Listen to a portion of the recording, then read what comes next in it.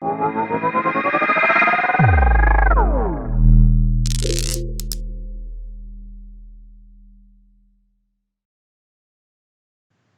thanks for having me. Great to be on another BlockDown conference. This is the second or third I think we've hosted here on THETA. Always good to be a part of this. Coming from San Francisco here, where obviously we're still in lockdown of sorts from my apartment here, but we're still managing to keep on here at THETA Labs, and glad to see BlockDown as well with another great conference. As I said, I'm head of strategy at THETA Labs. I focus a lot about our business strategy, relationships with the crypto community, and press relations. And what I'm talking about today is decentralization in the video space, why it's needed now, and how it relates specifically to the THETA ecosystem. So if you can go to the second slide. Oh, I think it's a little out of order there. It's the second one here in the, no, almost there. It's looks like the slide, if you can go to the one like this with the additional descriptions here. Okay, well, we'll just get started. So first, we can first break down how the THETA ecosystem works and how the different parts work together. And the main pieces here are THETA Network, which most people are more familiar with in the crypto community, which is decentralized video delivery infrastructure. Think of it as a peer-to-peer way to share video built on the THETA blockchain. It uses THETA crypto tokens as an incentive layer. And THETA TV, which is our first-party streaming site that's built on the THETA network, which many of you may be watching on today. Thank you if so. THETA TV got its start in esports and crypto content and is now expanded to other content types. And any user, end user using the site, even if they don't realize it, are benefiting from the THETA network infrastructure underneath it. So it's kind of a big couple pieces to take in, and probably easiest to explain first by how the backstory, how we got here. And so that started in 2016 when the THETA TV platform launched, really focused on the esports space, including VR content, but all high-def content being streamed around the world, which for a startup very quickly becomes very expensive to put on and to deliver. So as THETA TV was raising its Series A, which was led by W1 at DHVC, one of the key problems they were trying to solve together is how to create a way to lower those costs and somehow defray that and also benefit from the users around the world that are watching esports content. So that's the genesis of the THETA network blockchain and how that came about. And the idea is at a high level that THETA TV, if it has pockets of users watching video around the world, like say there's a specific esports stream, there's a popular team in Brazil playing, and you have a pocket of users watching there, rather than have a stream hosted in Berlin be streamed 100 times to Sao Paulo, it doesn't make sense to have this costly and redundant video delivered. What makes a lot more sense is for, say, 10 of those users to pull that from your centralized video delivery network, like an Akamai or an Amazon AWS, and then have them relay to 100 others locally in Sao Paulo at much lower cost. And so that's what the THETA network allows us to do, is it allows to leverage the users with unused bandwidth and unused compute on their devices in these pockets around the world and relay streams to their nearby peers. And so that solves the problem for THETA TV, in that we were able to become a much more robust and sustainable platform. But of course, it can't just stop there, because if you're a user, that probably doesn't sound that great that you would just give away your bandwidth for free. What really makes it interesting is that as an incentive for you to be part of this peer-to-peer decentralized video network, you earn data-fueled tokens for doing so. So for each video segment that you share with your users nearby, you're actually earning a small amount of T-Fuel every single month. So it's not the video equivalent of crypto jacking, where your hardware and your bandwidth are being used just for the video platform's benefit. but it's something you get to participate in and you get to earn for.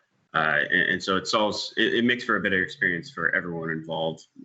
For THETA TV as a platform, we benefit by lowering our costs. For users, they earn just for watching streams and for relaying. So for those of you who are new to THETA TV and maybe watching BlockDown right now here for the first time, you're earning TFuel right now for sharing this stream you're watching right now with all the users that are in your city, for example.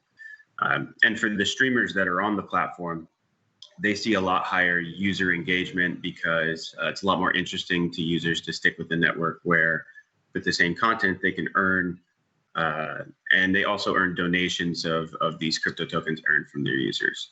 So that's sort of the backstory of how we came up with the idea of THETA Network.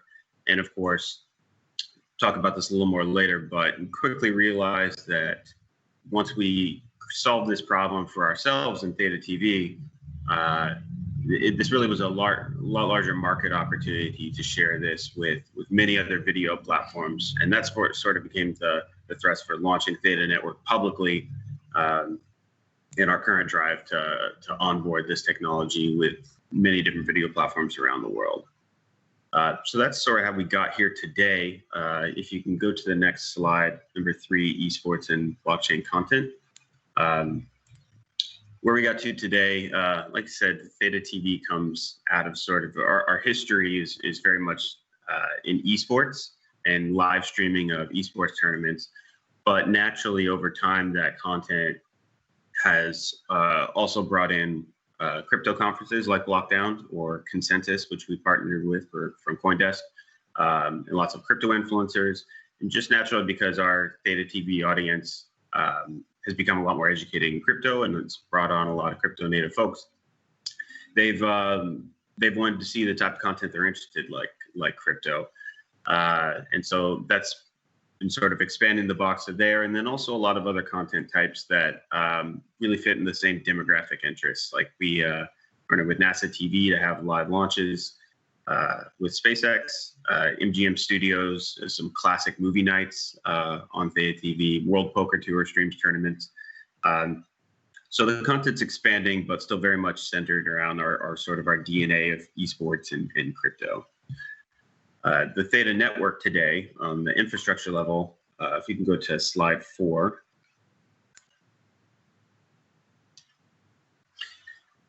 So to speak a little bit more about the market opportunity, like I said, we solved, originally built THETA Network entirely just to solve this problem for ourselves as THETA TV, as a video platform, but we realized that it was actually something more special that we had built that a lot of different platforms could benefit from. And so as we went out and talked to some of our early investors like Samsung Next, and then started talking to their other groups within the organization that use video and are significant users of content delivery networks, we saw a huge amount of interest from the Samsung VR group and Samsung TVs that saw how they could use this technology to share data, and that sort of sparked the drive to move to sort of a 2 focus within the THETA ecosystem.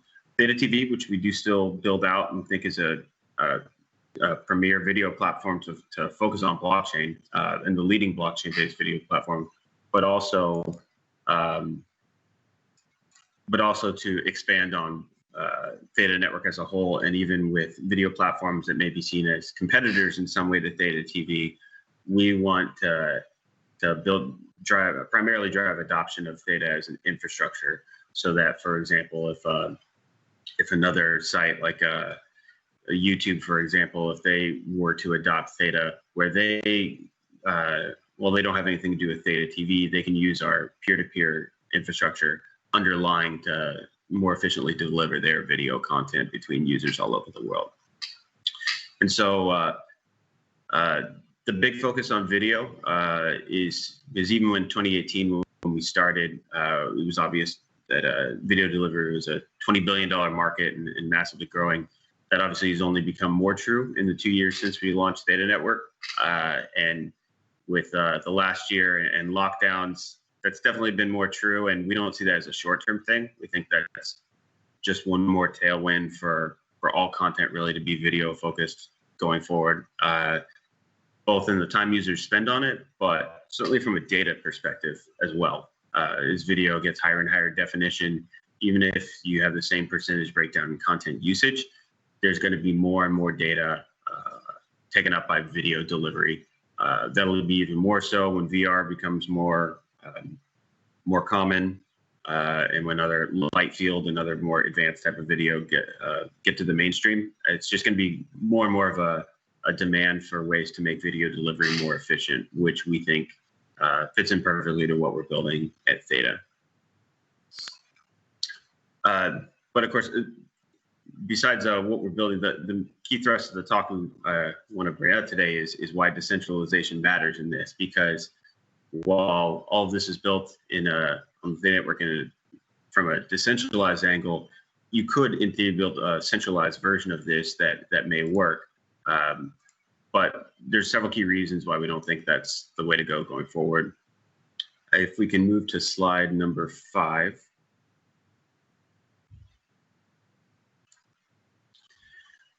So our vision for the THETA network as an infrastructure has to be decentralized. The reasons will be pretty obvious once we kind of expand on what it exactly is we're building. So we talked a little bit on THETA TV how an end user, whether they realize it or not, is benefiting from using the THETA network peer-to-peer CDN. So like if you're watching on THETA TV right now, you may see the counter in the corner where it's showing TFIL tokens that you're earning. So even if, let's say you're a non-crypto native folk, maybe not someone watching BlockDown who's probably a little more savvy, but let's say you're not. We want those end users to be able to come and get the benefits of it. But the reality is the backbone of this can be much more than just an end user who's a casual user, not crypto native, and maybe has a pretty basic internet connection. Underlying, we see THETA as the backbone for resource sharing across all devices. Think of it as a sharing economy play, the way that Uber originally used, or Turo or GetAround use these underutilized resources like a car that's sitting in a parking lot all day. You can increase the utilization of that and basically get more value out of a given investment in a piece of hardware. Airbnb the same way.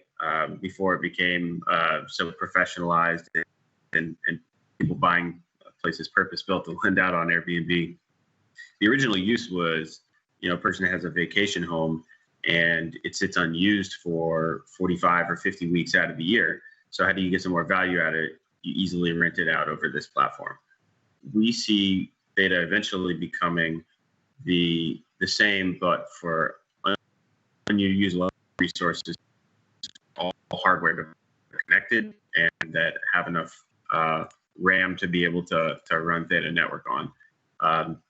The first ones are obvious, your PC that you may be watching THETA TV on, your smartphone, a tablet.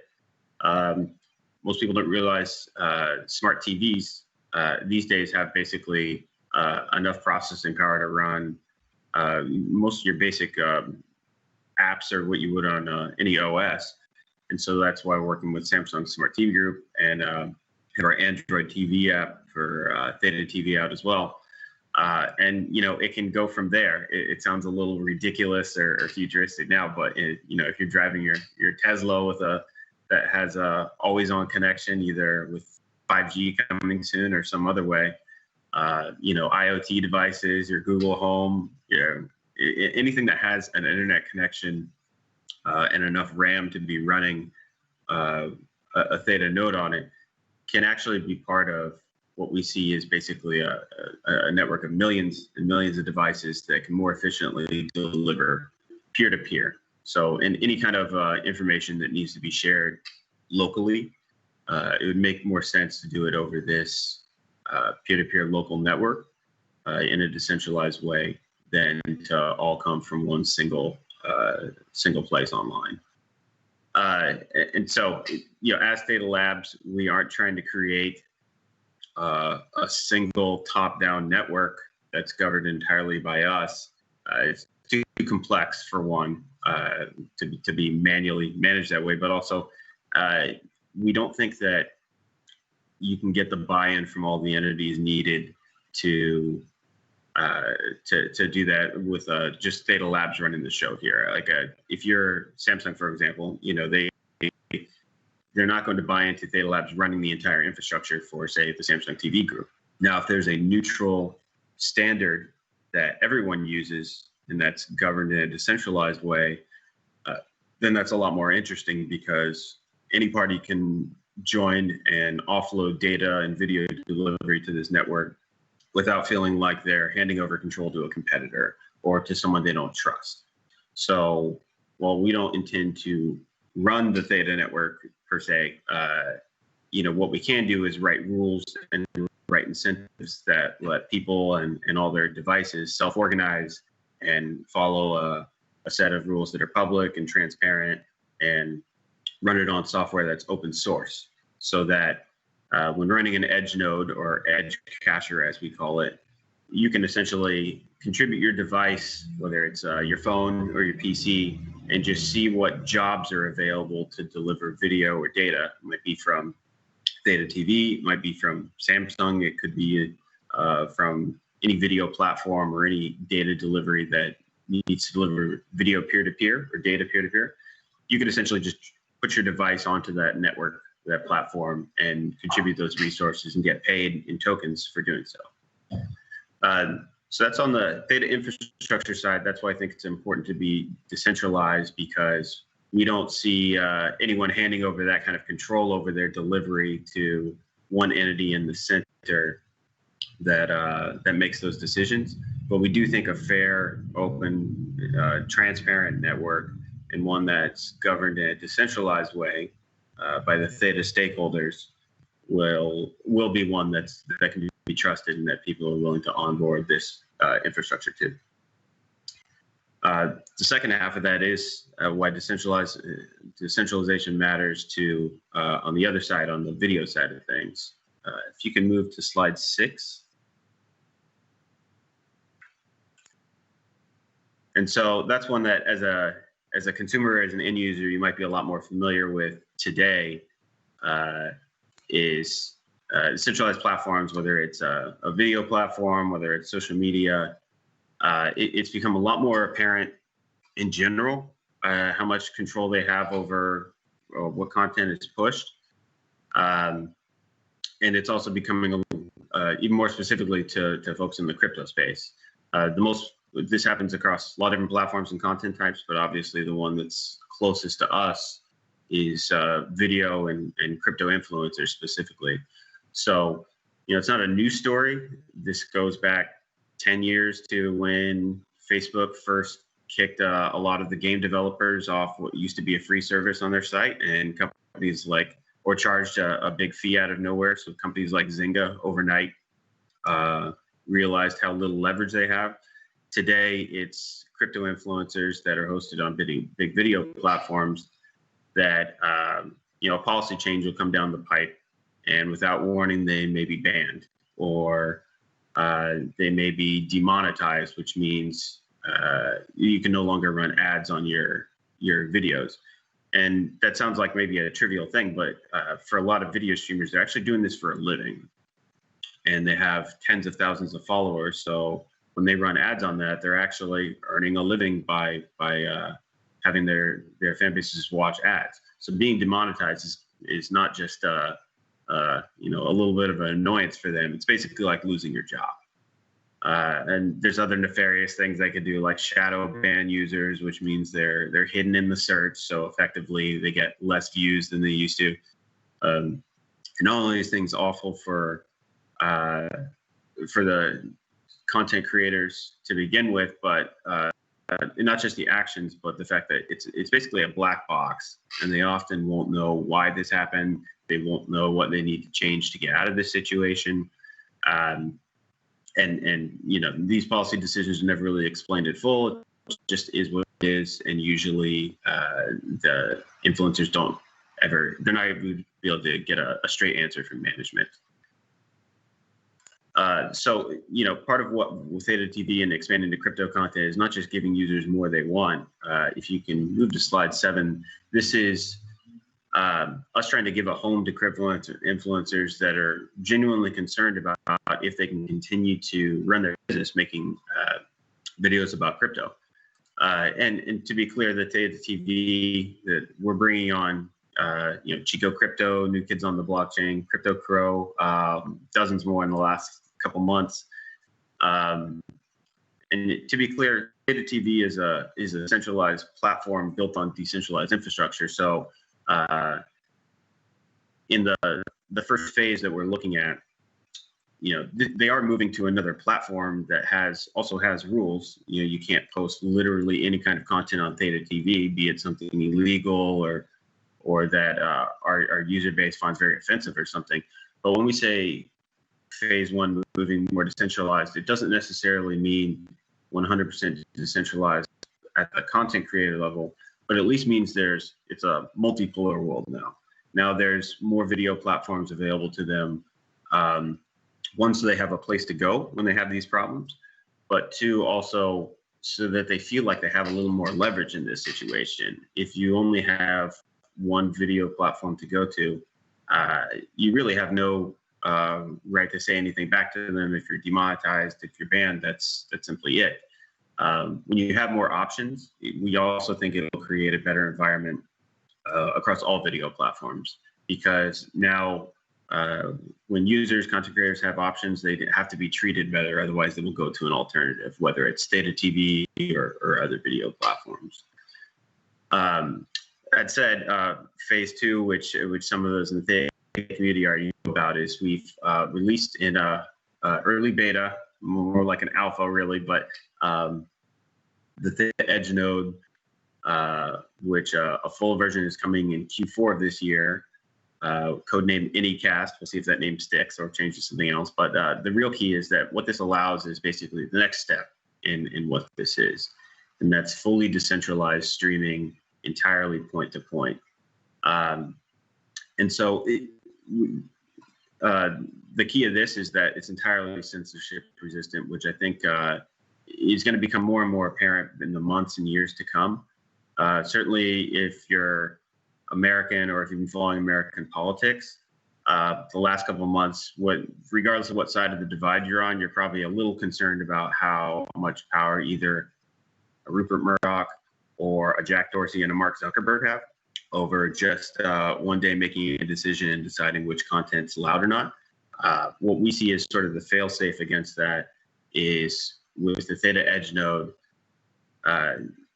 with 100% peer-to-peer direct streaming, a content creator can reach their thousands of viewers with no intermediaries whatsoever.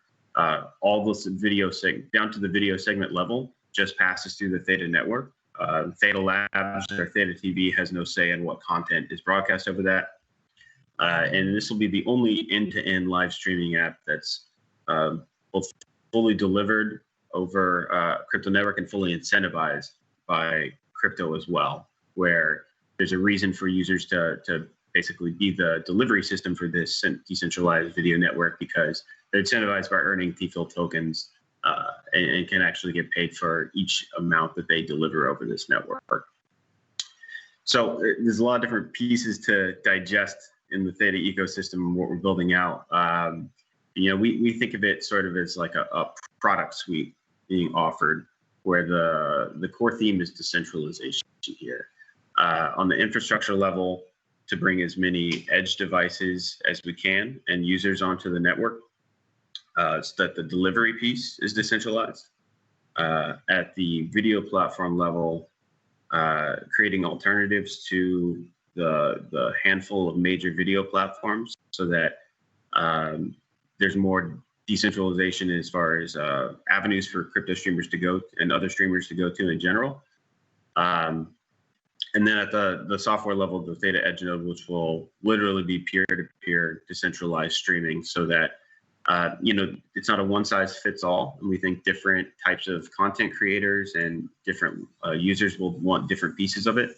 A corporation may just want the infrastructure piece and just want to decentralize the mechanics of their video delivery. A content creator depending on where they fall on where on the spectrum their content lies, may want a semi-decentralized or even a fully decentralized solution for what they're building. And we think all three are valid and need to be offered, and sort of the spectrum of decentralization we can offer to video delivery online. So hope that was informative about the THETA ecosystem. Hope you specifically watched on THETA TV and you've already earned some T-Field tokens, so you can kind of get a sense of how that works. If not, make sure to go to THETA TV and you can watch the rest of the BlockDown conference on THETA TV. Or if you're more interested on the infrastructure side and want to dive into THETA blockchain, check out our GitHub and see what can be built on it, and start contributing to THETA ecosystem. Go to www.thetanetwork.org, and you can dive in on the technical side. So thanks to BlockDown team for hosting. It was great to do another BlockDown conference with THETA TV, and hope to continue watching the rest of the conference on THETA TV. Thanks, everyone.